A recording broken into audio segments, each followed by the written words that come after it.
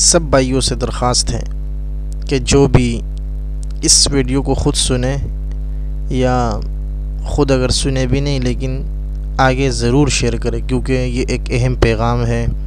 اور اس میں کیونکہ 4 تاریخ سے اجتماع شروع ہوگا اور کل انشاءاللہ 3 تاریخ ہے، تو ایک دن ہے، ایک دن کے اندر اس کو اتنا پھیلاؤ تاکہ سب تک یہ خبر پہنچ جائے اور وہ ان چیزوں کا خیال کرے، کیونکہ بڑوں کی اس میں کوئی غلطی اور کوئی وہ مطلب یہ قانون جو سخت ہے یہ بڑوں کی طرف سے توڑی ہے، یہ تو حکومت کی طرف سے سخت قانون ہے، تو عوام کو پھر تکلیف ہوگی، کیونکہ عوام اس سے پہلے جتنے اجتماعات ہوئے ہیں اور جو اس کے اصول تھے تو لوگ اس اصول پر جائیں گے اور اس اصول پر عمل کریں گے، لیکن وہ اصول تو آج اس اجتماع میں ہوگا نہیں، اصول تو کچھ اور ہیں، چینج ہے، حکومت کی طرف سے سختیاں ہیں، تو یہ پیغام تمام لوگوں تک پہنچائے تاکہ ان کو تکلیف نہ ہو۔ جزاک اللہ۔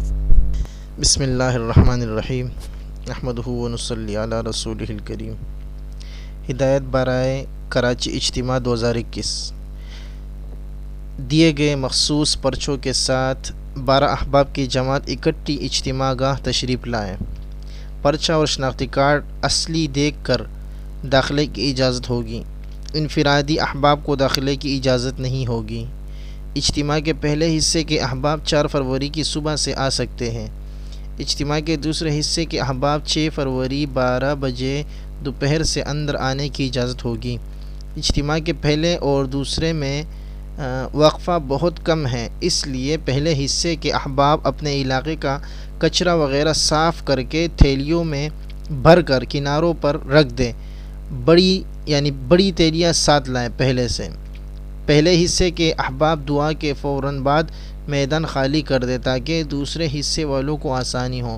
میدان میں گھڑے وغیرہ نہ کھودے جائیں اور نہ ہی پانی پھینک کر کیچڑ کیا جائے تاکہ دوسرے حصے والوں کو تکلیف نہ ہو۔ ایک پردے کے نیچے 6 احباب قیام کریں گے۔ ہر ساتھی ماسک کا اہتمام کریں۔ عمومی مجمع gate number 6، gate number 8، gate number 13، gate number 19 سے داخل ہوگا۔ گیٹ نمبر 6 سے گاڑیاں اور موٹر سائیکل کا داخلہ نہیں ہوگا۔